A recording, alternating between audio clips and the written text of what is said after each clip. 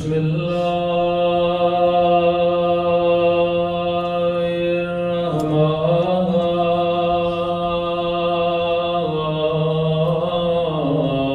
الرحيم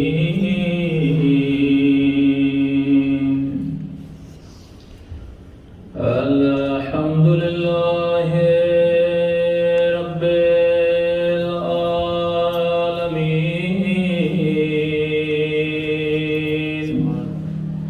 الحمد لله كما هو أهله الصلاة والسلام على سيد المرسلين وخاتم النبيين أبي القاسم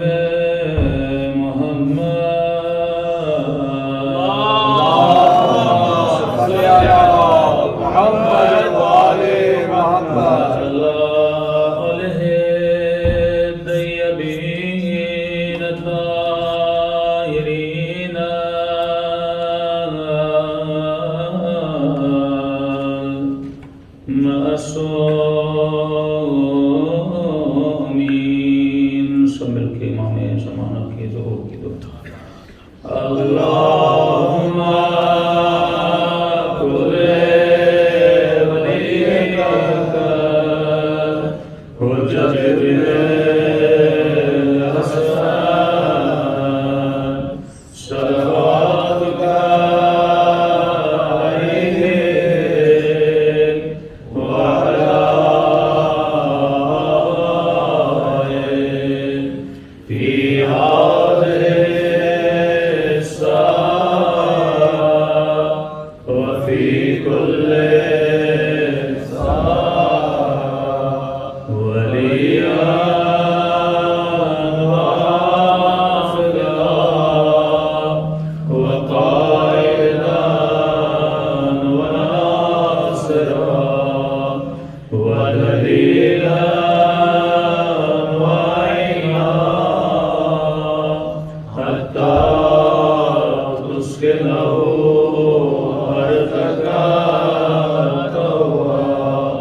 وتمتعه فيها طويلا برحمتك يا أرحم الراحمين. اللهم صل على محمد. بسم الله الرحمن الرحيم. رب اشرح لي صدري ويسر لي أمري واحلل عقدة من لساني يفقهوا قولي. أما بعد بقية الله خير لكم إن كنتم مؤمنين. صلوات پڑھ محمد وعلى محمد. اللهم صل على محمد وعلى محمد. دعا ہے پروردگار عالم ہم سب کی عبادتوں کو اپنی بارگاہ میں قبول فرمائے اور جس مقصد زندگی اور حیات خاطر یہ مجالس رکھی جاتی ہیں خدا ان مقاصد میں بھی ہم سب کو کامیابی نصیب فرما دیں.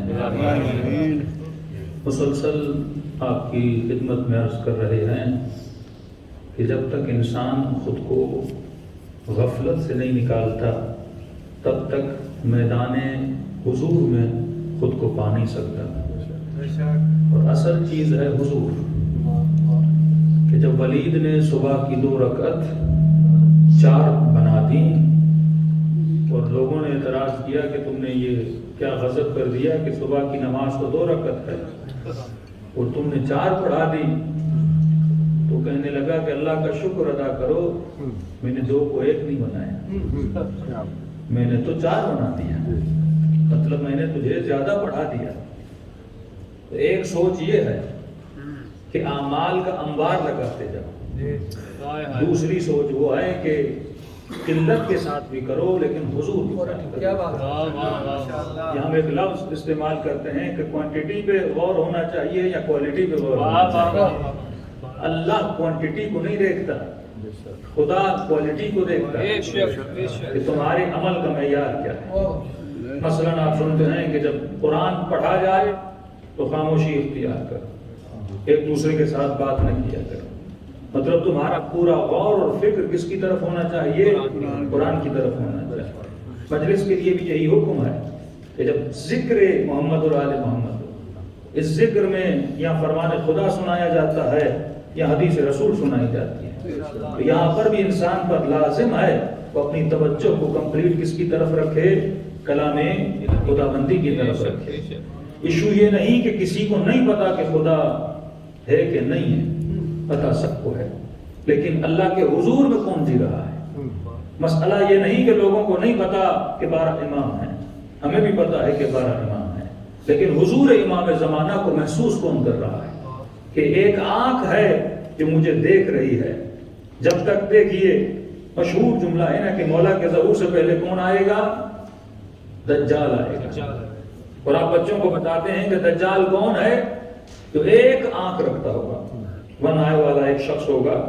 اور بیچارے ہمارے ساتھ لوگ، کسی نے کہا مولانا اسرائیل میں ایک بچہ پیدا ہوا ہے جس کی ایک آنکھ ہے، تو میں نے کہا یہ ایک نارمل بچہ ہے، ایک نارمل آدمی دنیا کو چلا نہیں سکتا، جس کی 2 آنکھیں وہ کمپلیٹ ہے نا، لیکن جس کی ایک آنکھ وہ ایک نارمل ہے، کتنے سال جیے گا؟ آخر میں جا کے مر جائے گا۔ تو کیسے ممکن ہے کہ وہ بولے کہ ایک آنکھ والا دجال آئے گا؟ حالانکہ سائنس یہ کہتی ہے جس کی ایک آنکھ ہو وہ کمپلیٹ انسان ہی نہیں ہے، باڈی کے اعتبار سے وہ ایک نارمل شخص ہے۔ تو یہاں جب بولا جاتا ہے دجال، اس دجال سے مراد کیا ہے؟ بیسک جو ایشو دین کے سمجھنے میں آ رہا ہے، جو ہم خود سمجھ رہے ہیں، نہ اپنے بچوں کو سمجھا سکتے ہیں، وہ یہ ہے کہ ہم الفاظ میں جکڑے ہوئے ہیں، ہم مفاہیم کی طرف نہیں جا رہے۔ تو میں نے ایک مجلس میں کہا تھا مثلا قرآن کا سب سے بڑا سورہ جس کا نام ہے بقرہ، گائے کے بارے میں اللہ کوئی بہتر نام رکھتا ہے۔ سب سے بڑا سورہ گائے کے بارے میں، گائے کے قصے سنائے جا رہے ہیں۔ آج تک کسی نے سوچا یہ گائے کیا ہے؟ اللہ اس گائے کے قصے کیوں سنا رہا ہے؟ اس کا ڈائریکٹ کنیکشن ہے کس کے ذریعے سے؟ ہمارے ایمان کے ذریعے سے۔ کبھی کہتا ہے یہ قرآن قصوں کی کتاب نہیں ہے، یہ قصے بچوں کو جس طرح مائیں لوری سناتی ہیں اس کے لیے نہیں ہے۔ آپ بولتے مولانا میں نے اس رمضان میں 7 ختم قرآن کی کر دی، کوئی سمجھا تم نے کیا؟ حدیث معصوم ہے کہ بعض لوگ ایسے ہیں جو قرآن پڑھتے ہیں پر قرآن ان پہ لعنت کرتا ہے، کیونکہ جو پڑھ رہے ہوتے ہیں اس پہ عمل نہیں کرتے۔ ایک مختلف کنٹریز میں جانا ہوتا ہے، ایک مومن سے میری ملاقات ہوئی اور کہنے لگے مولانا میں تو ہر واجب پہ عمل کرتا ہوں، اور جب میں نے ان کے چہرے کو دیکھا تو مجھے داڑھی نظر نہیں آئی۔ تو میں نے کہا کہ داڑھی کہاں ہے؟ مولانا ہے؟ میں نے کہا کہاں ہے؟ مطلب ایسی داڑھی تھی جو مجھے ڈھونڈنی پڑی تھی نہیں۔ تو میں نے کہا کہاں ہے داڑھی؟ انہوں نے اپنا چہرہ اوپر کیا تو نیچے سے ایک لکیر تھی کہ یہ میرے مجتہد نے کہا ہے کہ اتنی اور رکھ سکتے ہو۔ مطلب جب دین کی باری آتی ہے تو ہم منیمم پہ رہنا پسند کرتے ہیں، لیکن جب پیسے کی باری آئے تو اگر 10 پاؤنڈ اکاؤنٹ میں ہے تو پوری زندگی لگ جاتی ہے کہ جتنے زیرو بڑھے ہیں۔ میں نے کہا پھر بھی اگر کچھ بڑھا تو زیرو بڑھے ہیں، زیرو کے بڑھنے سے دولت بڑھتی ہے، زیرو ہی بڑھے ہیں اور کچھ نہیں بڑھا۔ تو رسول خدا کے پاس شخص یا رسول اللہ میں نے خواب دیکھا ہے کہ آسمان سے کپڑا اتر رہا ہے اور لوگ آ رہے ہیں کینچی اٹھا کے کپڑے کو کاٹ کے جا رہے ہیں۔ نبی کے چہرے پر پریشانی کیا حال ہو، کہا کہ یہ میرے آخری زمانے کی امت کی نشانی ہے۔ تو کیا مطلب ہے رسول اللہ؟ کہا آخری زمانے میں دین کپڑا بن جائے گا۔ یہ کپڑا ہے، دین کیا بن جائے گا؟ کپڑا بن جائے گا۔ کہ کیا مطلب؟ مثلا آپ نے درزی دکان سے کیا لیا؟ کپڑا لیا، 6 فٹ کپڑا لیا، 7 فٹ کپڑا لیا۔ اب سب کی باڈی سیم تو نہیں ہے، کوئی 6 فٹ کا، کوئی 7 فٹ کا، کوئی موٹا، کوئی پتلا، کوئی دبلا۔ اب آپ درزی کے پاس گئے، آپ نے وہ کپڑا اسے دیا، آپ نے کہا میری ناپ لو اور میرے حساب سے میری شرٹ بناؤ۔ کسی کی سائز میڈیم ہے، کسی کی ایک لارج ہے، کسی کی کیا ہے، اس نے آپ کے سائز کے مطابق کیا بنایا؟ آپ کا لباس بنایا. فرمایا آخری زمانے میں دین کپڑا بن جائے گا، جس کو جتنا پسند ہوگا اتنا کاٹ کے لے جائے گا، باقی چھوڑ کے چلا جائے گا. کہ یا رسول اللہ مومن کیسا ہوتا ہے؟ فرماتے ہیں دین کپڑا نہیں، دین کی مثال پانی کی طرح ہے. پانی کو جگ میں ڈالو تو شیپ جگ جیسا بن جاتا ہے، پانی کو گلاس میں ڈالو تو شیپ گلاس جیسا بن جاتا ہے. تو فرمایا مومن دین کو اپنی شکل میں نہیں ڈھالتا، وہ اپنی شکل دین والی بنا دیتا ہے کہ جب وہ داخل دین میں ہو جاتا ہے اب اس کا حلیہ دین والا ہو جاتا ہے. وہ اب دین کو کاٹنا شروع نہیں کرتا کہ مولانا یہ مجھے پسند ہے، یہ مجھے پسند نہیں ہے، میں اس چیز کو پسند کرتا ہوں، اس چیز کو پسند نہیں کرتا. اس لیے معصوم فرماتے ہیں ایمان صرف لا الہ الا اللہ کہنے کا نام نہیں ہے، ایمان غور و فکر کرنے کا نام ہے، ایمان وسلموا تسلیمہ کا نام ہے کہ جب تم کمپلیٹلی اپنا سر اہل بیت کی دربار میں، خدا کی دربار میں خم کر دیتے ہو، جھکا دیتے ہو، تو اس کا نام کیا ہے؟ ایمان ہے. سب آپ پڑھے محمد و آل محمد. اللهم صل علی محمد و آل محمد. آئیے آج اس آیت کا ترجمہ کیونکہ تیسری نشست ہے آپ کی خدمت میں کر دوں کہ بقیت اللہ خیر لکم. اللہ کہتا ہے ایک وجود ہے جسے میں نے باقی رکھا ہے، وہ تمہارے لیے باعث خیر ہے، وہ تمہارے لیے باعث برکت ہے. اب سوال یہ ہے کہ یہ بقیت اللہ کون ہے؟ ہمارے مفسران شیعہ تمام فرماتے ہیں کہ بقیت اللہ سے مراد وجود امام زمانہ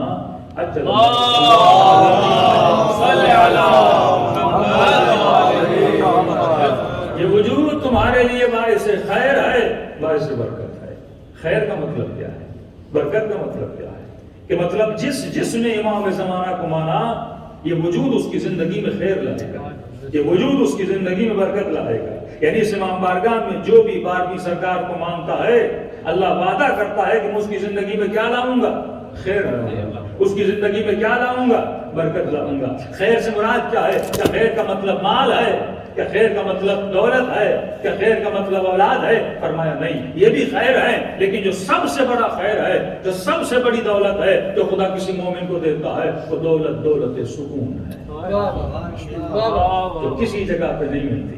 اگر کوئی بول دے مولانا مال میں سکون ہے تو ایسے مالدار آپ کو دکھاؤں گا جو بے چینی کا شکار ہے. اگر کوئی کہے کہ دولت میں سکون ہے کہ دولت مند آپ کو ملیں گے. اگر کوئی کہے کہ حکومت میں سکون ہے تو ایسے حکمران آپ کو نظر آ جائیں گے جو عدم اطمینان کی زندگی گزار رہے ہیں. لیکن کبھی کبھی ایسا فقیر بھی آپ دیکھیں گے جو زمین پہ سو رہا ہے اور سکون کی نیند میں سو رہا ہے.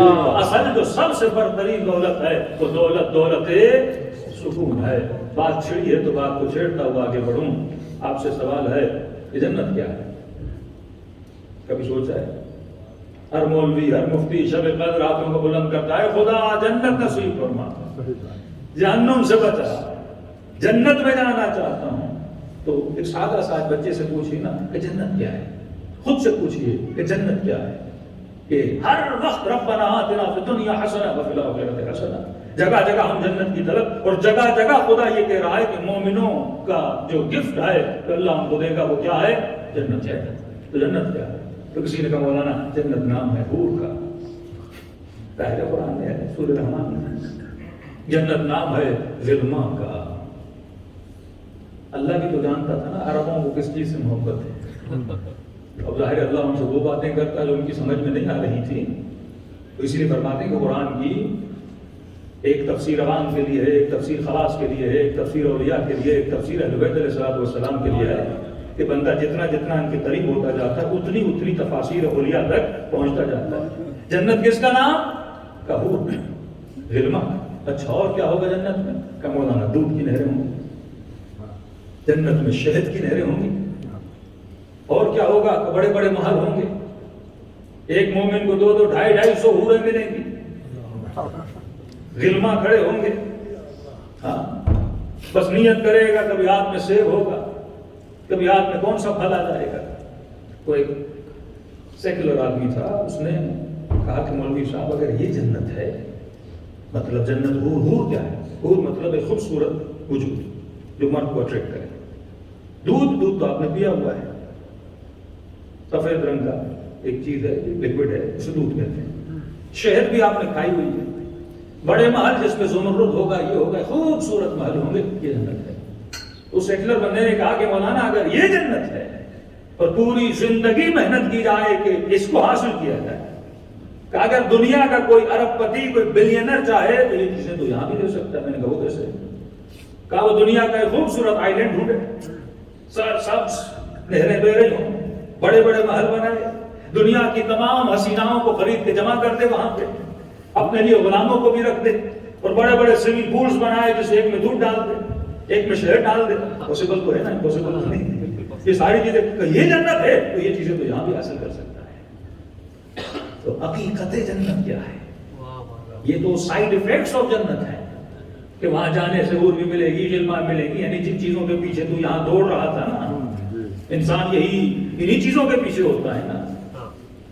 آنکھوں کی لذت شہوت کی لذت پیٹ کی لذت اللہ کہہ رہا ہے یہ ساری چیزیں بھی وہاں ملیں گی. گھبراؤ نہیں کہ وہاں بھی تجھے روزہ رکھنا پڑے گا. نہیں وہاں بھی یہ ساری چیزیں ملیں گی جو جن کے پیچھے اور اس سے برتر تجھے ملیں گی. اگر میں دنیا کے کسی موجود کو اتنا حسین بنا سکتا ہوں تو سوچو میں وہاں پہ کتنا حسین بناؤں. میں خالق حسن ہوں میں خالق لذت ہوں. اگر تو سیب کھا رہا ہے ایک چھوٹی سی کھجور کھا رہا ہے اگر میں کھجور میں لذت نہ ڈالتا تجھے لذت نہ ملتی. لذت ڈالنے والا میں ہوں. اور اگر کھجور میں لذت ہے اگر تیری زبان میں ٹیسٹ نہ ہوتی وہ کھجور کو ٹیسٹ ہی نہ کر پاتا. جو لوگ بیمار ہوتے ہیں جن کا ٹیسٹ خراب ہو جاتا ہے تو نمک نمک نہیں لگتا میٹھا نہیں لگتا. تو خالق ٹیسٹ بھی میں ہوں خالق ذائقہ بھی میں ہوں. تو جب یہاں پہ اتنی لذت کو خلق کر سکتا ہوں تو وہاں پہ بھی تو لذت کو خلق کر سکتا ہوں. لیکن جنت کیا ہے؟ جنت حور کا نام نہیں ہے. جنت غلما کا نام نہیں ہے. جنت دودھ کی نہروں کا نام نہیں ہے. جنت ہنی اور شہد کا نام نہیں ہے. جنت ہے کیا؟ فرمایا جنت وہ مقام ہے جہاں بندے کو سکون ملتا ہے. الا بذکر اللہ تطمئن القلوب. یہ سب سے بڑی نعمت ہے کہ میں نے کہا سیدہ زینب کے ہاتھوں میں رسیاں ہیں. بچے کتنے چھوٹے بچے آنکھوں کے سامنے مارے گئے. اتنا حسین اور پیارا بھائی آنکھوں کے سامنے ذبح کیا گیا. قمر بنی ہاشم کے بازو کاٹے گئے. لیکن فرماتی ہے ما رأیت الا جمیلا. کبھی کہتے ہیں رضن بردا. لشکر یزید کا دشمن کہتا میں نے حسین کو اکبر کے لاشے پر بھی دیکھا تھا سر کے بال سفید تھے چہرے پہ پریشانی تھی. لیکن جب وقت آخر آیا اور جب حسین گودی قتل گاہ میں تھے کہ حسین کے چہرے پہ وہ سکون تھا جیسے کچھ ہوا. یہ وہ نعمت الہی ہے کہ بچہ چھن بھی جائے تو بندہ سکون میں مال چلا بھی جائے بندہ سکون میں کیونکہ حقیقی محبت اس کے پاس ہے. میں نے کہا کہ عدم سکون کب جاتا ہے؟ بچے کو کھلونوں سے کہ ٹوائز سے بچے کو کیا ہوتی ہے نا محبت ہوتی ہے. بچے کو کھلونا چھینو رونے لگتا ہے. کسی کو فٹ بال سے محبت ہے اب اسے کھیل پہ نہ جانے دو رونے لگتا ہے. خواتین کو ڈراموں سے بڑا عشق ہے. اب شوہر کے آج کے بعد ڈرامہ نہیں دیکھنا تو رونے لگتی ہے کیونکہ اس سے عشق ہے نا. جس چیز سے پیار ہوتا ہے جب بندہ اس سے جدا ہوتا ہے تو کیا ہوتا ہے؟ بندہ رونے لگتا ہے نا. تو سوال یہ ہے کہ میرا کس چیز سے عشق ہے میری کس چیز سے محبت ہے؟ تو جنت عاشقوں کی وہ جگہ ہے جہاں پہ ان کو جب محبوب مل جاتا ہے تو اس کے دیدار میں ان کو سکون ملتا ہے. ذرا اور تشریح کر دوں تاکہ دلیل سے بات کرنے کی میری عادت ہے. بھئی اگر جنت حور و غلما اور ان چیزوں کا نام ہے تو کیوں بولتے ہیں مومن کی جنت کربلا ہے؟ کربلا میں حوریں ہیں کربلا میں دودھ کی نہریں ہیں کربلا میں شہد کی نہریں ہیں. بندہ نجف سے پیدل کربلا جاتا ہے کون پھٹ جاتے ہیں ٹانگوں میں درد و تکلیف ہوتا ہے. ان سارے بدن کی تکلیف کو اٹھا کر جب نگاہ حسین کے روزے پہ تو ایسا سکون اس کے وجود میں آ جاتا ہے کہتا ہر تکلیف کو خریدنے کے لیے تیار ہوں بس کہ دیدار روزہ حسین. لیکن سوال یہ ہے کربلا میں سکون کیوں ہے؟ سوچو گے نا تو خدا جواب دیتا ہے. نہیں سوچو گے تو کھاتے جاؤ پتہ ہی نہیں چلے گا نا کہ ایک ٹماٹر جو انسان کھاتا ہے کتنے گیلن پانی اس کے پیچھے کسی کو نہیں پتا. ایک ٹماٹر میں ایک ٹماٹر نے اس کے پیچھے کتنے گیلن پانی یوز ہوتا ہے انسان کو پتا نہیں. اگر پتا چل جائے تو اس کی کیا کرے؟ قدر کرے. اس نعمت کا حساب کرے. پھر اپنے دوست کو بتا رہا تھا کہ یہ بھی آفت الہی ہے. کبھی کبھی انسان کو نعمت کی عادت ہو جاتی ہے. یہ آفت ہے کہ میں نے کہا ایک بلینر آدمی ہو نا لیکن بلائنڈ ہو, آنکھیں نہ ہو, اندھا ہو. اسے کہو کہ اگر ہم تجھے آنکھیں دے دیں تو کیا دے گا؟ کہے گا جتنی دولت ہے نا میں سب دینے کے لیے تیار ہوں, لیکن مجھے 2 آنکھیں دے دو. جس کے پاس اولاد نہیں ہے, صاحب اولاد نہیں ہے, اس کی تنخواہ مثلا منتھلی 80,000 پاؤنڈ ہو نا, اسے کہو کہ اگر ہم تجھے اولاد دلوا دیں کیا دو گے؟ کہے گا جو مانگو میں دینے کے لیے تیار. جو کینسر کے مرض میں مبتلا ہے نا, جسے پتا ہے within 2 years and 3 years میں مر جاؤں گا, اسے بولو کہ میرے پاس ایک دوا ہے جس سے تو کمپلیٹ ٹھیک ہو جائے گا, وہ اپنی ہر شد جانے کے لیے تیار ہو جائے. یہ آپ ہاتھ کو ٹچ کرتے ہیں نا, یہ جو احساس ہے کئی لوگوں کو یہ احساس نہیں ہوتا. یہ جو آپ گلاس کو پکڑتے ہیں, کئی لوگ وہ ہیں ہاتھ میں گلاس تو گلاس گر جاتا ہے. یہ طاقت نہیں ہے کہ گلاس تو کیا ایک بٹن اپنی قمیض کا باندھ سکے.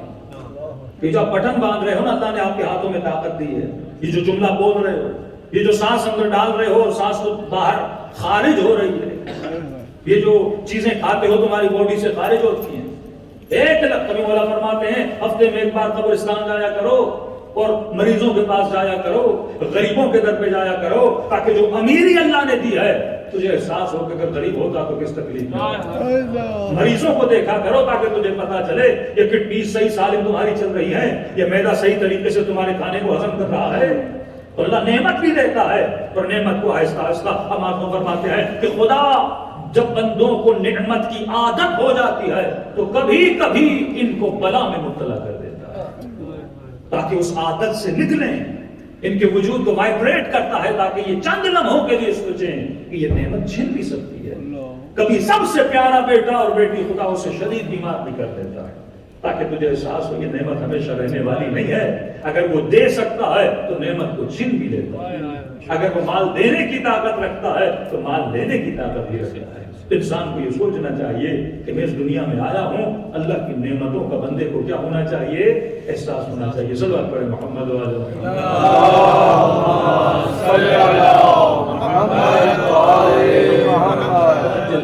تو سوال یہ ہے کہ کربلا میں اگر سکون ہے تو کیوں ہے؟ میں بیسک پوائنٹ کی طرف آپ کو لے آنا چاہتا ہوں. سکون تو ملتا ہے مجھے, لیکن مجھے یہ نہیں پتا کہ مجھے سکون کیوں مل رہا ہے. جب میرا بچہ روتا ہے تو مجھے بے چینی ہوتی ہے, ادھر فون کرتا ہوں ادھر فون کرتا ہوں کہ بچہ ٹھیک ہو رہا ہے.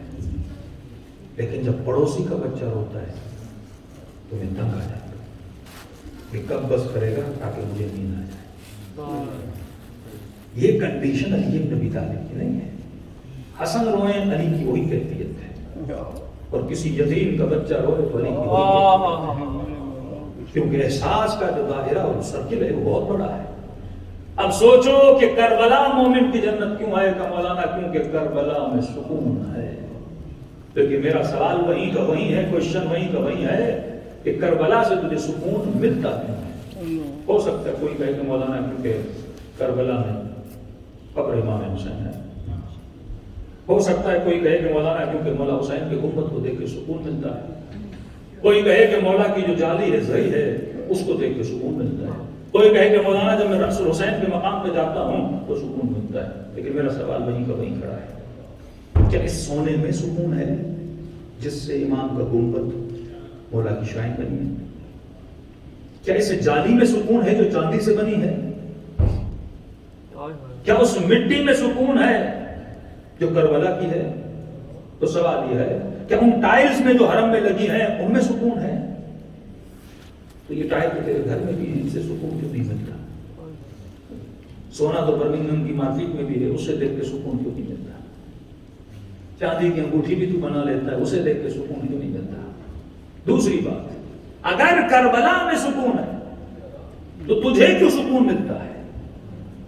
کچھ اور بھی مسلمان ہیں جو برائے نام مسلمان ہیں, وہ تو کہتے ہیں کہ ہمیں بھیجو, ہم یہ روزے یہ شیعہ سب کو اڑا دیں. ایک بندہ علی کے چہرے کو دیکھتا ہے اس کے چہرے پہ مسکراہٹ آتی ہے, اور دوسرا بندہ اسی علی کو دیکھتا ہے اس کا چہرہ بگڑ جاتا ہے. وجود ایک ہی ہے, ایک کو سکون دے رہا ہے دوسرے کو تکلیف دے رہا ہے. یہی مجلس حسین آپ کو سکون دے رہی ہے, لیکن جو دشمن علی ہے جو دشمن اعلیٰ ہے اسے مجلس سے سکون نہیں ملتا. وہ جب شیعوں کی مجالس، جب آپ کے جلوس، جب آپ کے بچوں کو ماتم کرتے ہوئے دیکھتے ہیں انہیں سکون نہیں ملتا. تو جب ایک وجود باقی سے سکون ہے تو میرے لیے سکون کے لیے باعث کیوں ہے تو دوسرے کو سکون کیوں نہیں دیتا؟ تو یہاں پہ ریزن کو ڈھونڈنا پڑے گا. کربلا کی چاندی میں سکون نہیں ہے، کربلا کی مٹی میں سکون نہیں ہے، کربلا کی گنبد میں سکون نہیں ہے. یہ مٹی تو پہلے بھی تھی، اس مٹی میں سکون تب آیا جب اس مٹی پہ حسین نے قدم رکھا. یہ مٹی، یہ خاک شفا تب بنی جب اس خاک میں بدن اطہر حسین داخل ہوا. تو اصل سکون کربلا کی مٹی میں نہیں ہے، سکون وجود حسین میں. لیکن سوال وہیں کا وہیں کھڑا ہے. اگر وجود حسین میں سکون ہے تو جناب حسین سے، میرے آقا سے، میرے مولا سے حر کو سکون مل رہا ہے، پر شمر کو سکون نہیں مل رہا.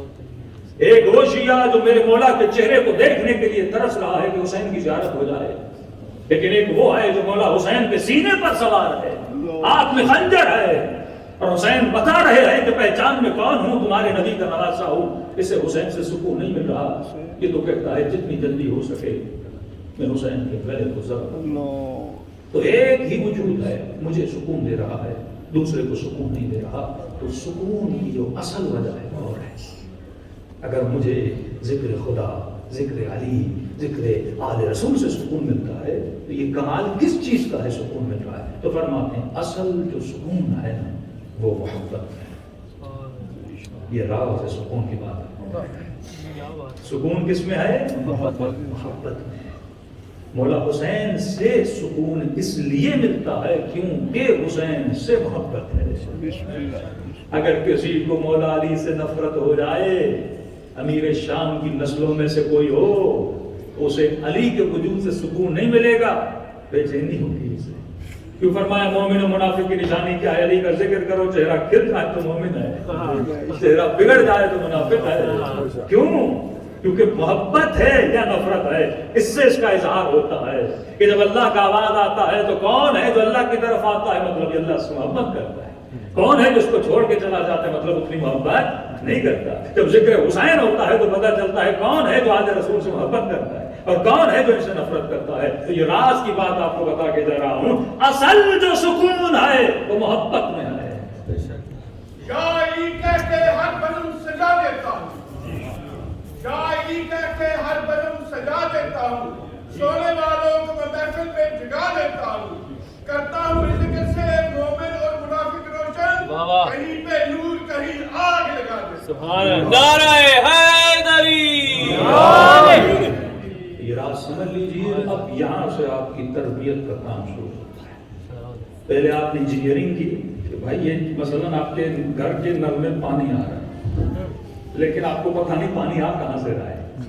یہ بھی تو پتہ ہونا چاہیے نا پانی کہاں سے آ رہا ہے، اس کے روٹس کیا ہیں، اس کے لیولز کیا ہیں، کس طرح یہاں تک پہنچ رہا ہے. آپ نے بچے کو موبائل دے دیا لیکن یہ پوچھی آواز کیسے آ رہی ہے، اسے پتہ ہی نہ ہو تو فائدہ نہیں ہے. مطلب اس کو اس نعمت کی کیا ہو جائے گی؟ عادت ہو جائے گی. عادت مت دلائیے خود کو نعمت میں، اس کی انجینئرنگ کریے کہ یہ اگر نعمت ہے تو کس طرح ملی ہے، یہ کس طرح ورک کرتی ہے. تو اگر مجھے وجود مولا حسین سے سکون مل رہا ہے، مولا علی سے، اس مجلس سے سکون مل رہا ہے، کیوں مل رہا ہے؟ کیونکہ میرے دل میں محبت امام حسین. اصل جو سکون ہے نا وہ محبت میں ہے. اب یہاں سے خطرناک پوائنٹ شروع ہو جاتا ہے. وہ پوائنٹ یہ ہے، اب شیطان کیا کرتا ہے، اس کے بجائے کہ آپ کے دل میں مولا حسین کی محبت آئے، وہ امیر شام کی محبت آتے ہیں. وہ محبتوں کو بدلنا شروع کر دے گا، کیونکہ شیطان کو راز پتا ہے کہ سکون کس چیز میں ہے؟ محبت میں. امام نے اپنے چاہنے والے کو کیا کہا؟ موت سے کیوں ڈرتے ہو؟ من یموت یرنی، جو مرتا ہے ولی کی زیارت کرتا ہے. تو مطلب مولا کہہ رہے تھے یہ ڈرنے کی بات نہیں ہے. جس کا عشق تمہارے دل میں ہے، موت اس عشق کے دیدار کا نام ہے. تو جب دیدار ہوگا تجھے تکلیف نہیں ہوگی.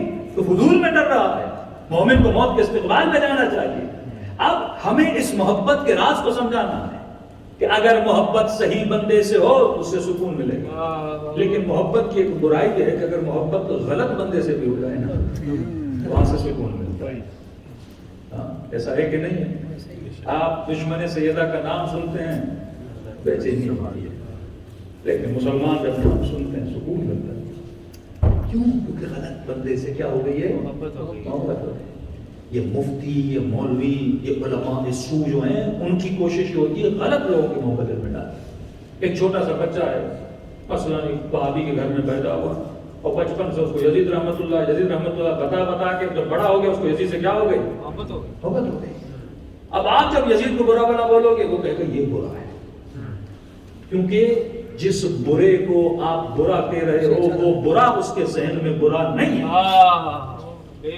آپ ایک اچھے کو برا کہہ رہے ہو کیونکہ دشمن نے اس کے ذہن میں برے کو کیا بنا دیا ہے؟ اچھا بنا دیا. خدا کہتا ہے کسی کے جھوٹے خدا کو برا بلا نہ کہو، کہیں وہ تمہارے سچے خدا کو برا بلا نہ کہے. کیوں؟ کیونکہ وہ جھوٹا خدا اس کے ذہن میں اچھا بنا ہوا ہے. آپ کسی کے مندر میں کسی کے بت کو توڑتے ہو، آپ کے لیے بت ہے، اس کے لیے خدا ہے، اس کے لیے ایشور ہے، اس کے لیے سب کچھ ہے، وہاں سے اپنی حاجتیں پاتا ہے. اب جب اس کو توڑتے ہو اس کا خون کھولنے لگتا ہے، کیونکہ اس کے ذہن میں غلط چیز کی کیا چلی گئی ہے؟ محبت چلی گئی. اب یہ کمال آپ کا ہے کہ آپ غلط محبت کو غلط ثابت کرو، اس کے عقل کو بیدار کر کے، اس کی لوجک کو بیدار کر کے، اس کے ضمیر کو بیدار کر کے. تو دشمن کا کمال یہ ہے. اب اگر کسی بندے کے دل میں اب محبت بنتی کیسے ہے؟ روٹس آف محبت کیا ہے؟ بہت امپورٹنٹ ٹاپک ہے. مثلا روٹس چند ہیں: آنکھیں، کان، سونگھنا، چکھنا. آپ نے آم چکھا، میٹھا لگا، اس سے کیا ہو گئی؟ سب سے زیادہ جو مارکیٹنگ کا کام کرتے ہیں، میں پاکستان کی آپ کو مثال دے رہا ہوں. پاکستان میں کوک بھی تھی اور پیپسی بھی تھی، اور کوک سب سے زیادہ بکتی تھی. پر منتھ 6 کروڑ روپیز یہ کوکو کولا کی ایڈورٹائزمنٹ پہ خرچ کرتے تھے. ان کا ایک بندہ بن رہا تھا. مولانا ایک دن جو ان کی ٹیم پہ تھی، انہوں نے کہا جب ہر شاپ پہ کوکو کولا ہے، ہمیں 6 کروڑ خرچ کرنے کی ضرورت نہیں ہے. تو انہوں نے 6 کروڑ بند کر دیے. کیا نہیں؟ اب اور پیپسی نے اپنے 6 کروڑ بند نہیں کیے، ریپلیسمنٹ میں.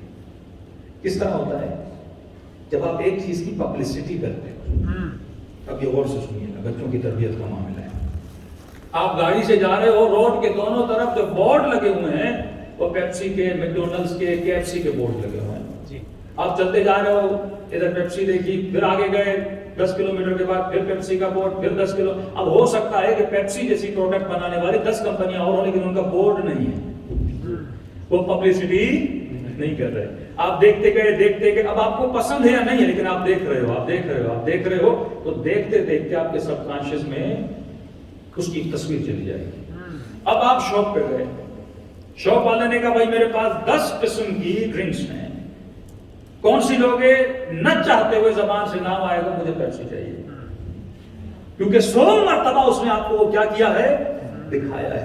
جس چیز کو دکھایا جاتا ہے اس چیز کا عکس آپ کے قلب میں اتر جاتا ہے. اب آپ اس کو خریدنے لگتے ہیں. اب ایشو کیا ہے کہ میرا بچہ جب میرے گھر میں گرو کرتا ہے، یہ خاتون جب بڑی ہوتی ہے، یہ 24 گھنٹہ اس کے سامنے ٹی وی ہوتا ہے. ابھی کئی بچوں کے ہاتھ میں موبائل دیکھ رہا ہوں، وہ موبائل یوز کر رہے ہیں، ان کے ہاتھ میں موبائل ہوتا ہے. اب یہ بچہ کیا دیکھ رہا ہے؟ لوگوں نے کہا مولانا انگریزوں کے گھروں میں کتے بلی اتنے کیوں ہیں؟ میں نے کہا بچپن سے انہوں نے ٹام اینڈ جیری دیکھا ہے. اب جس گھر میں بچہ ٹام اینڈ جیری، اس سے کیا ہو جائے گی؟ اس کی محبت ہو جائے گی. جب بولو گے نہیں کتا نہیں رکھنا، کیونکہ مجھے دکھایا ہے تم نے کتا ہے تو رو کیوں رہے ہو؟ کوئی اور چیز دکھا دے تو بھلا رکھتا ہے. اگر کارٹون میں بکری ہوتی، آج ہر انگریز کے گھر میں بکری ہوتی. ایک نیچر کا مسئلہ ہے نا.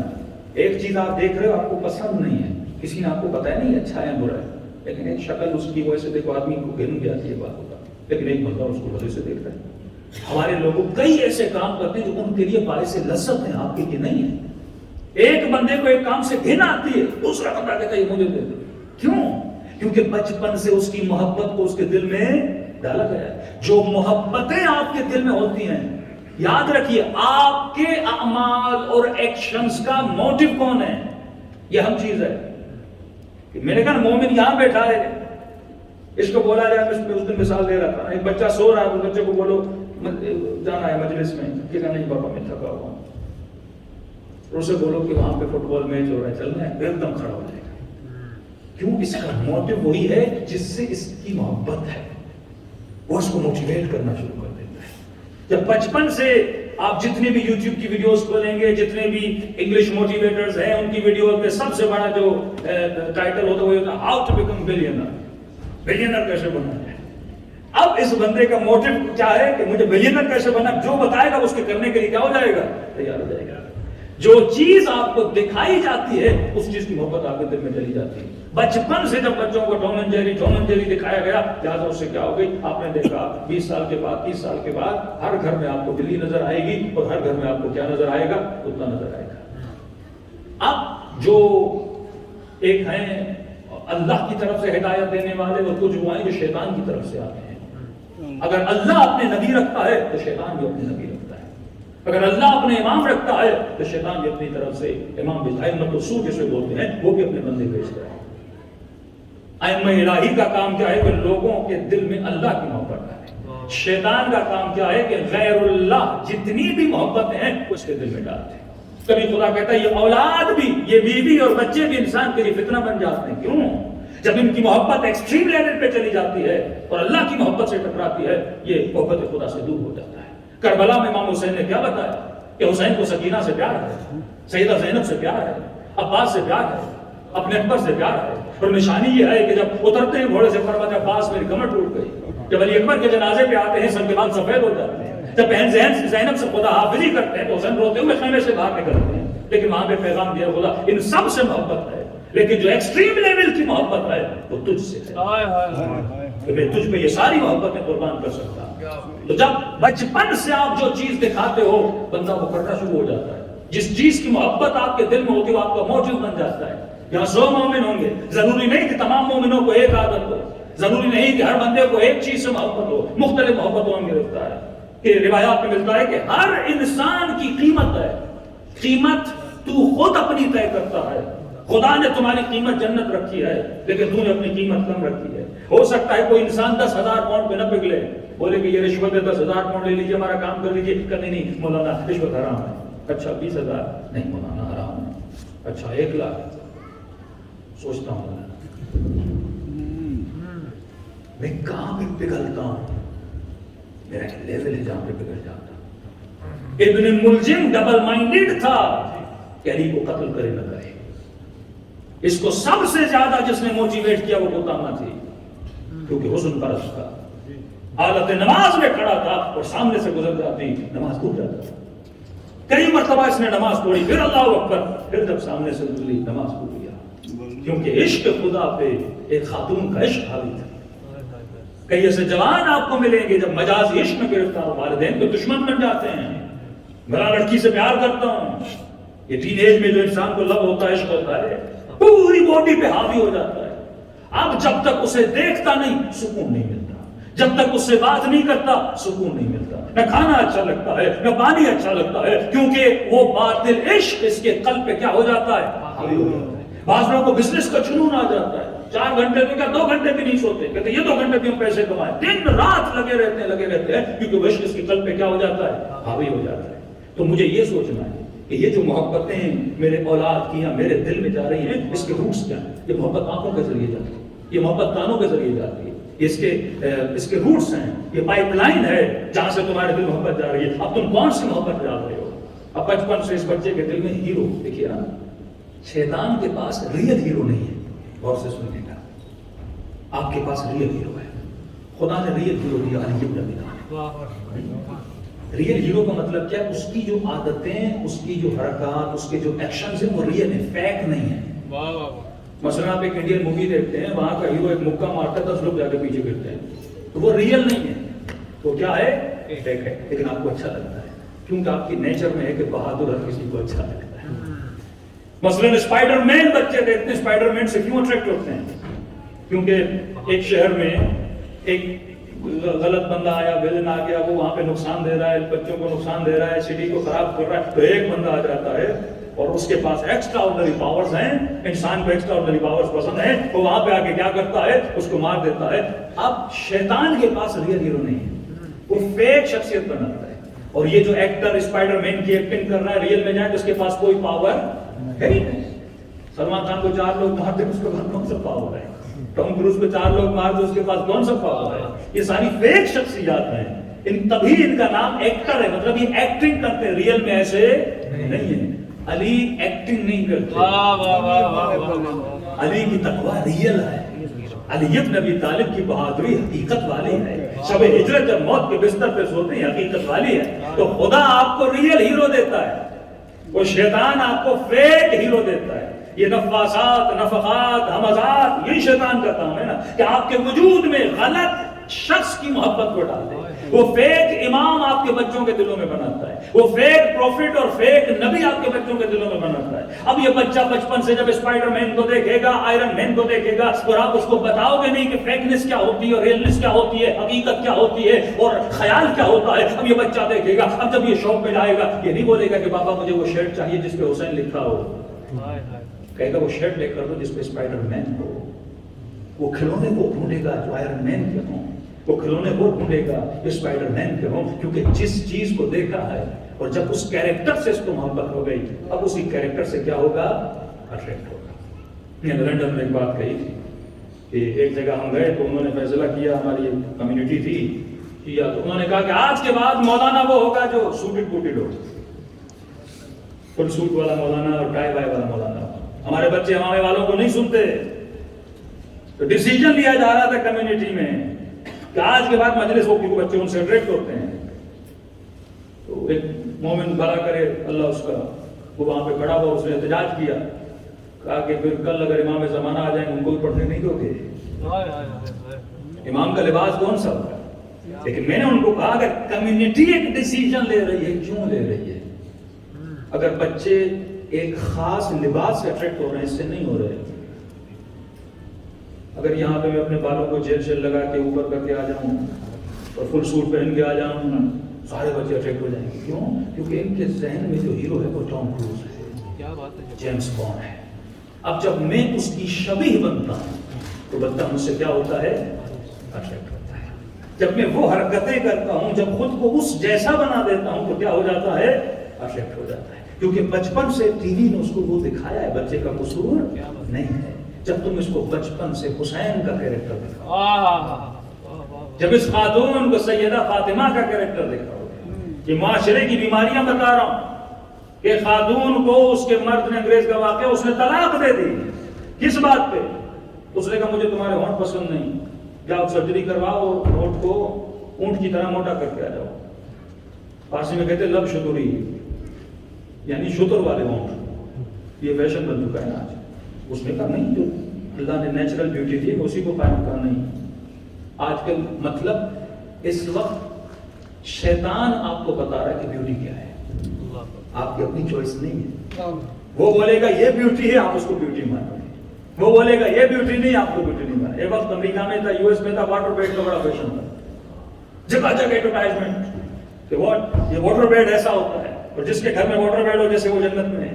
اور جب رات کو واٹر بیڈ پہ سوئے گا پتہ نہیں کیسے کیسے ڈریمز آئیں گے. لوگ پاگل ہو چکے تھے.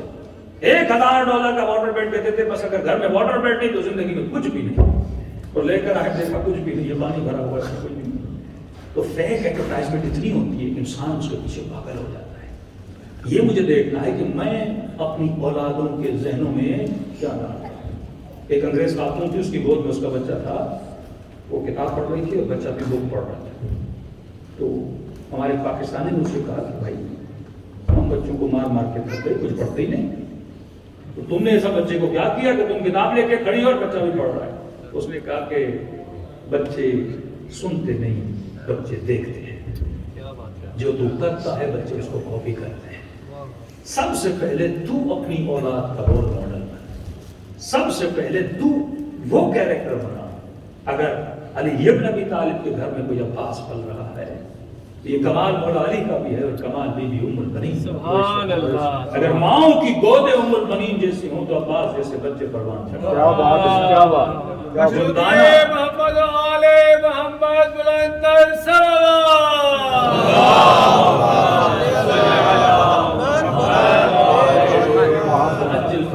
مولانا بچوں کو کارٹون سے چیزوں سے روک تو نہیں سکتے. اب یہ ہمارا قصور ہے کیونکہ ہم نے دین کو مسجد اور امام بارگاہ میں محدود کر دیا. صدیوں سے ہماری ایک امام بارگاہ بنتی تھی، اس میں ٹریڈیشنل پروگرامز ہوتے تھے، ہم اسی چیز میں کریں. تو وقت کے ساتھ ہم دین کی تبلیغ کو، امر بالمعروف اور نہی عن المنکر کو اپڈیٹ نہیں کر پا رہے. آج ہر بندہ 8 گھنٹے 9 گھنٹے موبائل کو یوز کرتا ہے. میں نے تو فیس بک کا نام پورے سرا رکھا ہے. چلتا جائے چلتا جائے چلتا جائے، بندہ ختم نہیں ہوتا.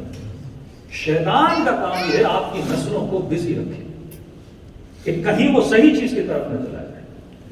جب آپ کو خود بھی 10 منٹ 15 منٹ ریلیکس ہونے کے ملتے ہیں، آپ کیا اٹھاتے ہو؟ موبائل پہ تھوڑی خبریں دیکھ لوں، دنیا میں کیا ہو رہا ہے دیکھ لوں. اب چلتے جاتے ہو، دکھاتا ہو ہے آپ سلیکٹ آپ نہیں کرتے. کیا بات ہے؟ وہ سلیکٹ کرتا ہے، آپ کو دکھاتا ہے. اٹ مینس ایک غلامی، زنجیروں والی غلامی تھی. یہ جنگ ایک ہارڈ وار ہے، ایک سافٹ وار. یہ وہ جنگ ہے جس میں آپ گرفتار ہیں. اس وقت وہ آپ کو یہ نہیں بولے گا کہ مجھ سے یہ پروڈکٹ لو. وہ اتنا اس کی محبت آپ کے دل میں ڈال دے گا کہ اس کے اسٹورز پہ اس چیز کو خریدنے کے لیے لوگوں میں جھگڑا ہو جائے گا کہ مجھے یہ چیز چاہیے. کس نے تجھے بولا یہ چیز چاہیے؟ آج جوان یہ سوچے، آج بچے کو یہ بتاؤ کہ بیٹا جو کچھ کر رہے ہو اس کے پیچھے لاجک ہونی چاہیے. کپڑے پہن رہے ہو، شرٹ پہن رہے ہو، کوئی چیز خرید رہے ہو، لاجک ہونی چاہیے. میں کئی بچوں کو دیکھتا ہوں، انہوں نے بالوں کو کبوں کی طرح اوپر کیا ہوتا ہے. میں نے کہا کیوں کیا ہے؟ کہ مولانا فیشن. میں نے کہا فیشن کیا بلا ہے؟ ذرا سوچو تو صحیح، فیشن کیا ہے؟ فیشن کو کریٹ کون کرتا ہے؟ ایکٹرز اور ایکٹریسز. ہم کہتے ہیں نا کہ نبی کا قول اور نبی کا فعل اور نبی کی تقریر، جو نبی کہے، جو نبی کرے اور نبی جس کی نشاندہی کرے، وہ ہمیں کرنا ہے. اس وقت کر ہو رہے ہیں، دیکھ ہم ان کو رہے ہیں. اس وقت میرے لیے مستحب وہ بن چکا ہے جو وہ کرے میرا بچہ وہی کرتا ہے. لیکن ہم خود بھی اس میں انوالو ہو جاتے ہیں اور پتہ نہیں ہوتا ہم کیوں کر رہے ہیں. یہ خاتون کبھی چھوٹے کپڑے، کبھی بڑے کپڑے، کبھی ٹائٹ کپڑے، یہ بار بار اس کا فیشن بدلتا رہتا ہے. کون ہے تمہارا موٹیویٹر؟ پتہ نہیں کون ہے. کبھی کیا پہنا جاتا ہے، کبھی کیا پہنا جاتا ہے. تو یہ ورلڈ گنیز بک ہے نا. دیکھیے نا، جب انسان اپنی انسانیت سے گرتا ہے کتنا گر جاتا ہے جب اپنی عقل کو استعمال نہیں کرتا. کہ نام رکھا ورلڈ گنیز بک. میں نے کہا یہ فول بکس ہے، بے وقوفوں کی کتاب ہے. اور جب آپ اس کو پڑھیں گے تو آپ کو احساس ہوگا کہ جب انسان کو پتہ ہی نہیں ہے مجھے کیا کرنا ہے، جب اس کو پتہ ہی نہیں میری اس کائنات میں آنے کا بہت بڑا مقصد ہے، بہت بڑا ایم ہے، میں ایک بہت بڑے ہدف کو لے کر اشرف المخلوقات بنا. قرآن کہتا ہے وَسَخَّرَ لَكُمْ، یہ کائنات میں نے تمہارے لیے بنائی. خَلَقَ لَكُمْ، اے بندے یہ پانی، یہ بادل، یہ چرند، یہ پرند، یہ قندیل، شمس و قمر، یہ سب کچھ میں نے تمہارے لیے بنایا. لیکن اے میرے بندے، میں نے تجھے اپنے لیے بنایا. یہ چاند تیرے لیے بنا، سورج تیرے لیے بنا، یہ دریا، یہ پرندے، یہ بکریاں، یہ بھینسیں، سب کو کھا جاتا ہے تو، کیونکہ تیرے لیے بنے ہیں. لیکن اے میرے بندے، ایک وجود ہے جو میرے لیے بنا ہے، اسے دیکھ کر میں ناز کرتا ہوں. یہ ناز ہے، یہ عمل ہے جس پہ خدا ناز کرے. تو شیطان انسان کو ایسے کاموں میں بزی کرتا ہے، اس کے پاس حقیقت میں دینے کے لیے کچھ بھی نہیں. اسے پتا ہے کہ انسان کچھ بھی ہو یہ ابدی لذتوں کے پیچھے جانا چاہتا ہے. اسے پتا ہے کہ اگر میں اس انسان کو موبائل دوں گا، اس موبائل کو چلائے گا کتنے سال چلائے گا، دن رات بھاگے گا مجھے کہ موبائل چاہیے. آئی فون 13 آیا ہے، آئی فون 13 پرو آیا ہے، مجھے لینا ہے لینا ہے لینا ہے. اور جب لے لے گا 2 مہینے 3 مہینے کے بعد بور ہو جائے گا. اب شیطان کو پتا ہے بور ہوگا، تو فرماتے ہیں شیطان جو ہے حد سے زیادہ ورائٹی بناتا ہے تاکہ آپ کو بور نہ ہونے دے. 6 مہینے نہیں گزرتے نیا ماڈل آ جاتا ہے، 7 مہینے نہیں گزرتے نئی گاڑی آ جاتی ہے. اسے پتا ہے جب اس سے بور ہوگا میں نیکسٹ ورژن کی طرف اس کو لے کر جاؤں گا. لیکن کیا حسین کے ذریعے سے کبھی بور ہوتے ہو؟ کیا عبادت خدا، کیا محبت خدا، اس میں لذت ابدی ہے. یہ وہ لذتیں ہیں جس میں اتنی ورائٹی ہے کہ خدا کو بار بار ورائٹی دینے کی ضرورت نہیں ہے، کیونکہ وہ مٹیریل چیزیں دیتا ہے. اور مادے کی خاصیت یہ ہے کہ مادہ پرانا ہو جاتا ہے. یہ مائک ہے، یہ میرا مائک ہے، کتنے سال نیا رہے گا، 10 سال کے بعد پرانا ہو جائے گا. امام بارگاہ پرانا ہو جائے گا، آپ کی باڈی پرانی ہو جائے گی. اور خدا پرانا کر کے بتاتا ہے تو ہمیشہ یہاں رہنے کے لیے نہیں آیا. میں کہتا ہوں مومن جب آئینے کے سامنے جاتا ہے تو داڑھی کے بال سفید ہو جاتے ہیں. پھر کیا کرتا ہے؟ مارکیٹ میں جا کے اے لیول کا کلر لیتا ہے، خلاب لیتا ہے، بالوں کو کلر کرتا ہے. اللہ کہتا ہے میں سفید کر کے بتا رہا ہوں تو بوڑھا ہو رہا ہے. یہ کہتا ہے نہیں میں تو ابھی جوان ہوں. کبھی تمہارے گھٹنوں میں بھی درد اور تکلیف دیتا ہوں تاکہ پتا چلے یہ گھٹنے جواب دینے والے ہیں. کبھی شوگر، کبھی بلڈ پریشر، تمہیں بیماریاں دے کے بتاتا ہوں کہ تو ہمیشہ یہاں پہ رہنے والا نہیں ہے. یہ دنیا دار الفنا ہے، بقا تمہاری روح کو ہے. تم نے جو کچھ کیا جسم کے لیے کیا، روح کے لیے تم نے کچھ بھی نہیں کیا. تو انسان اگر سوچے، میں ایک ورلڈ گینیز بک کو پڑھ رہا تھا، ایک پاکستانی نے ریکارڈ بنایا تھا. ریکارڈ کیا تھا؟ اس نے اپنے سر کے ماتھے سے پتہ نہیں 1000-1500 اخروٹ توڑے. یہ کمال ہے. بس کہاں انسانیت جا رہی ہے؟ مولا فرماتے ہیں ہم ہمارے شیء اللہ اللہ صدور ہیں، الوجیکل نہ کام کرتے ہیں نہ بات کرتے ہیں. جب اس طرح بندہ بنتا ہے تو شیطان کے قبضے میں نہیں آتا. اللہ عبادک منہم المخلصین. جب تک اللہ کے مخلص بندے نہیں بنتے. پھر ایک خاتون کا پڑھ رہا تھا، انگریز خاتون تھی، اس نے پتہ نہیں 1 گھنٹے میں 20 منٹ میں پتہ نہیں کتنے منٹ میں 27 برگر کھانے کا ریکارڈ تھا. آپ نے دیکھے ہوں گے نا، یعنی کہاں انسانیت کو لگایا ہوا ہے. مثلا ایک بندے نے 1000 کلو، پتہ نہیں 500 کلو، 200 کلو اتنا مثلا وزن اٹھا لیا. تو میں نے وہاں پہ ایک جملہ کہا تھا، میں نے کہا کہ کمال یہ ہے کہ بندہ 10 منٹ میں 27 برگر کھائے. تو میں نے کہا تو بھینس تو 200 کھا لے گی. کمال یہ ہے، کمال یہ ہے کہ مثلا تو 200 کلو کا وزن اٹھا لے. دنیا کا سب سے طاقتور ترین انسان، یہ تو عمر بن عبدالعزیز کے لیے مشہور تھا نا، اونٹنی کا بچہ اٹھا لیتا ہے، ایک وقت میں بکرا کھا لیتا ہے. اور جب علی کے سامنے آیا، کہا وہ طاقت جس پہ اس کو ناز تھا. تو میں نے کہا اگر تو 200 کلو کا وزن اٹھا لیتا ہے، ایک گدھا تو 400 اٹھا لیتا ہے. کمال کھانے میں نہیں ہے، کمال پینے میں نہیں ہے. کبھی یہ مت کہنا کہ مولانا میرے پاس 10 بچے ہیں تو پتہ نہیں تو بہت زیادہ مرد ہو گیا ہے.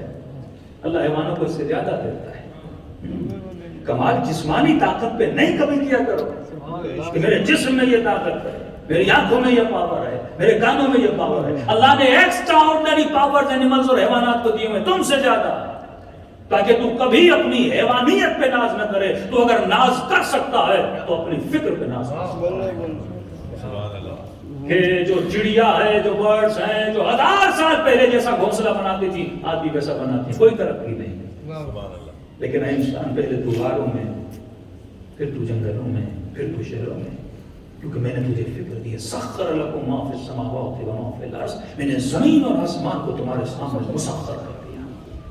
دریا کتنے بڑا تلا تم رکھتا ہے، لیکن تو اپنے فکر کے ساتھ ایسی کشتیاں بناتا ہے جو سمندروں کو چیرتی ہوئی جاتی ہے.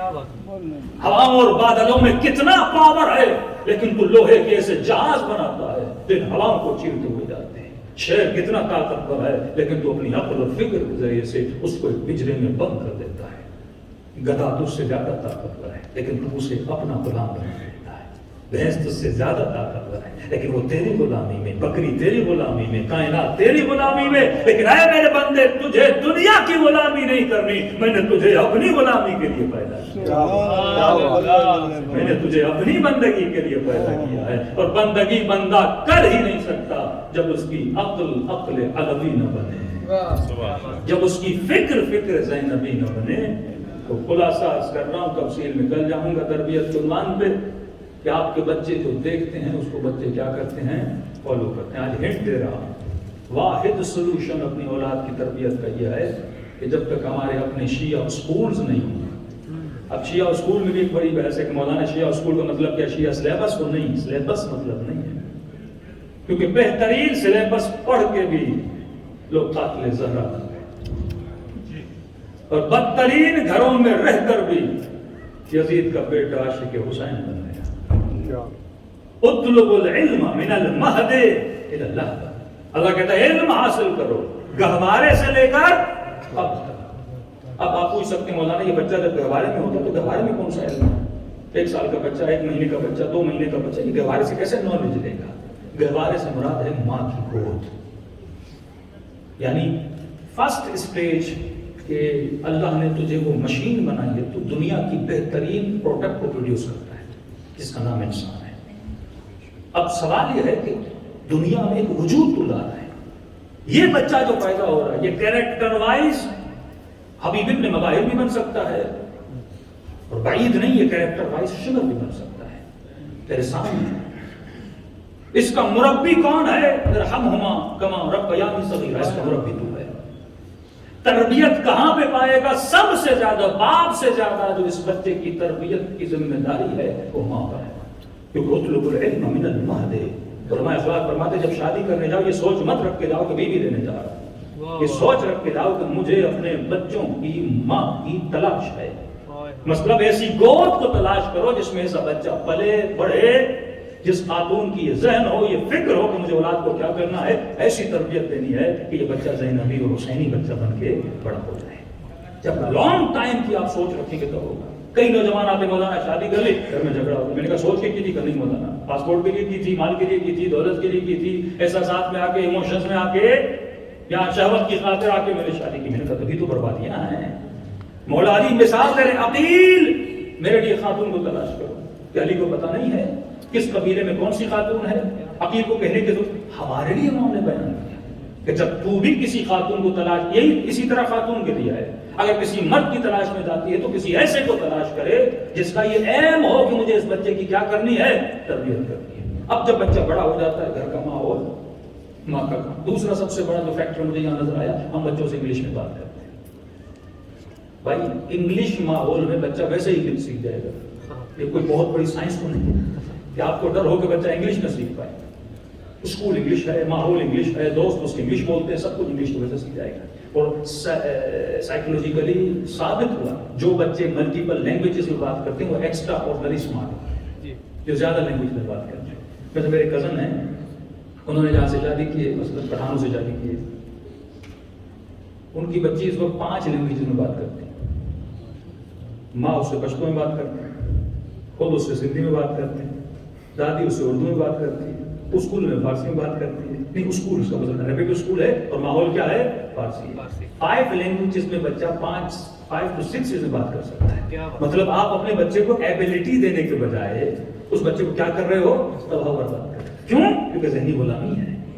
جب فکر نہ ہو کہ مجھے یہ نہیں پتا کہ اس بچے کو ایجوکیٹ کس طرح کرنا ہے تو کس طرح ایجوکیٹ کر پاؤں گا۔ اور یہ یاد رکھیے، زبان صرف زبان نہیں ہوتی، زبان میں پورا کلچر ہوتا ہے۔ جب آپ کو ایک زبان، بس کسی کو انگلش نہیں آتی، انگلش کی جتنی بکس ہیں ان کو پڑھ نہیں سکتا، کسی کو اردو نہیں آتی، انگلش اردو بکس، عربک نہیں آتی، معصومین کے کلام، کسی کو پرشین نہیں آتی، تو ایک زبان اپنے اندر پوری نالج رکھتی، تعصب کی بات نہیں ہے۔ لیکن یہ کہ جتنی زبانیں بچہ زیادہ سیکھے گا، یعنی 4 سال تک اس بچے کو آپ ایک زبان کا مالک بنا سکتے ہو، ملٹیپل لینگویج میں بات کر سکتا ہے۔ حسین طباطبائی 4 سال کا بچہ کو حافظ قرآن بنا، یہ مثالیں آپ کے سامنے ہیں نا۔ 4 ایئرز کا بچہ حافظ قرآن بنا۔ جب اس کی ماں اور باپ سے پوچھا گیا کس طرح بچہ حافظ بنا، کہ تاریخ مسلمانوں کی تاریخ میں یہ پہلا بچہ ہے، اور الحمدللہ جسیت پہ الزام لگتا تھا میں حافظ نہیں، ہم نے ایسا حافظ دیا کہ دنیا آج تک رہ گئی۔ کوئی اہل سنت دکھائے 4 سال کے بچے کو حافظ بنائے، کیونکہ اہل بیت نے جو تربیت کے اصول دی ان کے پاس نہیں ہے، ان کا سلسلہ رسول تک ہے اور ہمارا سلسلہ امام زمانہ تک ہے۔ علم ہمارے پاس زیادہ ان کے پاس نہیں ہے، نہ دعائیں ان کے پاس ہے، نہ فرامین ان کے پاس ہے، نہ کچھ بھی نہیں ہے ان کے پاس، بس وہی علم ہے جو رسول خدا تک ملا۔ لیکن اس علم کو سلسلہ تھا، باب مدینہ تو علم آپ کے پاس ہے۔ تو اس کی ماں کہتی ہے کہ میں نے معصومین کے فرامین میں پڑھا تھا کہ جناب سیدہ جب شکم اطہر میں امام حسین تھے تو باتیں کیا کرتے، یہ روایت کثیر ہے نا، کہ ہر معصوم کی ماں کو میرے کا اپنے بچے سے بات کیا کرتی تھی، بی بی نرجس خاتون کے لیے بھی یہی ہے، بات کیا کرتی تھی۔ تو کہا کہ میں نے جب پڑھا اس کا مطلب بچہ سنتا ہے، ابس تو نہیں، وہ ایسا کام تو نہیں کرے گا یاد باللہ جو کام غیر معنی کام ہو، جو ایسا ہی کام ہو جس کا کوئی افادیت نہیں ہے۔ اور کہا سائنٹیفکلی بھی ثابت ہوا سب سے پہلے بچے کی سماعت ایکٹیو ہو جاتی ہے، وہ جب پیدا ہوتا ہے تو ماں کی آواز کو پہچانتا ہے۔ تو کہتی جیسے یہ بچہ 4 مہینے کے بعد روح پھونکی جاتی ہے، 4 مہینے کے بعد میں نے کثرت سے کہتی ہے قرآن پڑھنا شروع کر دیا آواز کے ساتھ، ویسے بھی پڑھتی تھی، اور اگر جب سوتی تھی تو کیسٹ پہ قرآن کو کیا کرتی تھی، چلا دیتی تھی۔ اور جب یہ بچہ پیدا ہوا اس کے بعد بھی میں اس کو قرآن سناتی جاتی تھی، پتہ نہیں میں نے کئی 100 مرتبہ قرآن گھر میں چلتا رہا، یہ بچہ سنتا رہا، کہ جب بچہ 4 سال کا ہوا نا، اب اسے پڑھنا نہیں آتا، اسے لکھنا نہیں آتا، کہ جب میں کہتی تھی بسم اللہ الرحمن الرحیم، آگے سے وہ خود کہتا تھا الحمدللہ الرحمن الرحیم مالک یوم الدین، وہ بچہ خود قرآن کی تلاوت کرنے لگا۔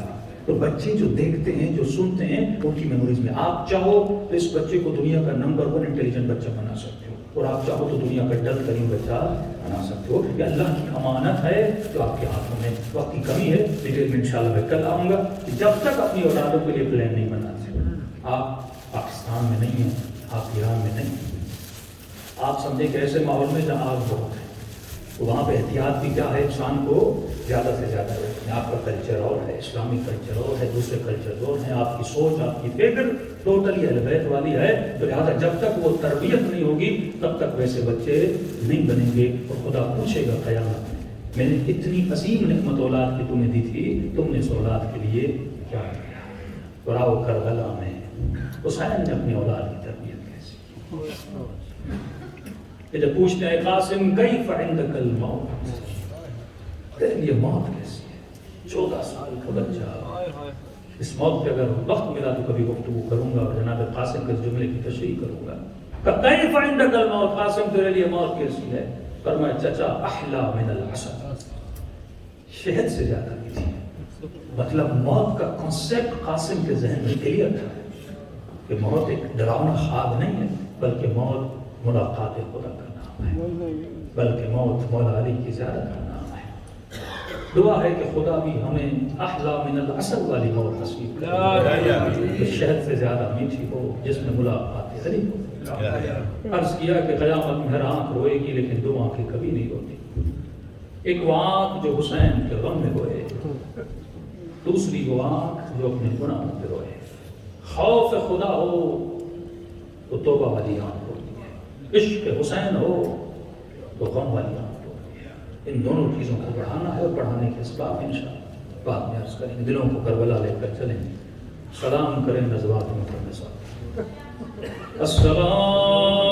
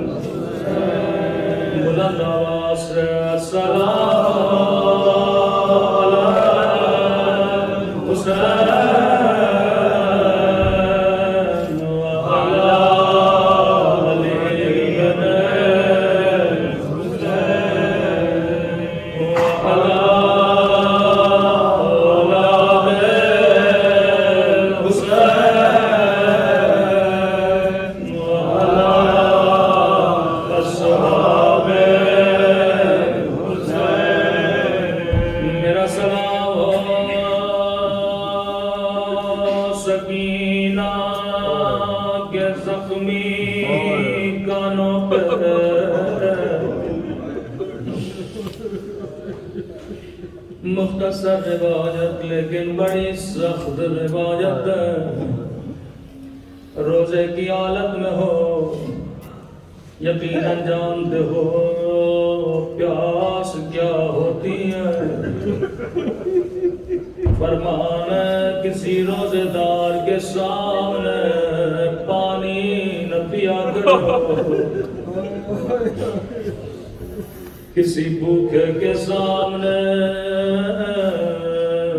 کھانا نہ کھایا کرو. لیکن سکینہ اور 3 دن کی پیاسی ہے. فرمایا شیو جب بھی ٹھنڈا پانی پیو میری سکینہ کو یاد کیا کرو, کیونکہ ایک ایک گھونٹ کے لیے میری بچی کو تماچے مارے گئے. اللہ آپ سب کو شام کی زیارت نصیب کرائے. جب شام کی بازار سے گزریں گے, میں بی بی زینب کے روزے پہ گیا, میں نے کہا بی بی آج بھی کوئی شریف شام کی بازار سے نہیں گزر سکتا. مجھے نہیں پتا علی کی بیٹی شام کی بازار سے کیسے گزری ہوگی. ایک شہر ہے نام ہے حلب، روایت کے جملے ہیں 40 گھوڑے سوار آگے آگے تھے، قیدی بیویاں پیچھے پیچھے تھے۔ ایک مقام آیا قافلے کو روکا گیا، سکینہ مولا سجاد کی گودی میں بیٹھی ہے۔ بی بی نے کیا دیکھا، شمر نے پانی کا مشک لیا، اپنے سپاہیوں کو پانی پلانے لگا، رو کر کہنے لگی بھیا سجاد مجھے بڑی پیاس لگی ہے، اگر اجازت دو میں صرف پانی مانگوں۔ امام نے فرمایا سکینہ یہ تجھے پانی نہیں دے گا، لیکن جا پانی مانگ، کہیں قیامت کے دن یہ نہ کہے بچی نے سوال نہیں کیا تھا۔ اب تصور کر کے رونا، ننگے ننگے پاؤں آہستہ آہستہ یہ ملعون سپاہیوں کو پانی پلا رہا تھا، کہنے لگی شمر مجھے بڑی پیاس لگی ہے، مجھے تھوڑا پانی دے دے۔ اگر کہتا سکینہ پانی نہیں دوں گا، حسین کی بچی تھی خاموش جا کے بیٹھ جاتی، لیکن ملعون نے کوئی جواب نہیں دیا، یہاں سپاہیوں کو پانی پلاتا رہا، یہاں حسین کی بچی اس کے پیچھے پیچھے چلتی رہی، شاید اس کے بعد پانی دے گا، یا شاید اس کے بعد پانی دے گا۔ راوی کہتا ہے 40 گھوڑے سواروں نے پانی پی لیا، اب ملعون نے گھوڑوں کو پانی پلانا شروع کیا۔ گھوڑے پانی پی رہے تھے لیکن سکینہ پیاسی تھی، بچی چل چل کے تھک گئی، زمین پہ بیٹھی رو کے کہنے لگی شمر اب تو پانی دے دے، تیرے گھوڑوں نے بھی پانی پی لیا۔ اب روایت کے جملے بڑے سخت ہیں، امام زمانہ اگر مجلس میں ہو مولا مجھے معاف کرے گا۔ راوی کہتا ملعون نے پانی کا مشک لیا اور سکینہ کی طرف بڑھا، بچی نے پانی کا چلو بنایا، مجھے تھوڑا پانی دے دے۔ سنیں گے ملعون نے کیا کیا، سارا پانی زمین پہ پھینکا، بچی نے خود کو زمین پہ گرایا، اور میرے 3 دن کے پیاس بابا، اور میرے غریب الوطن بابا۔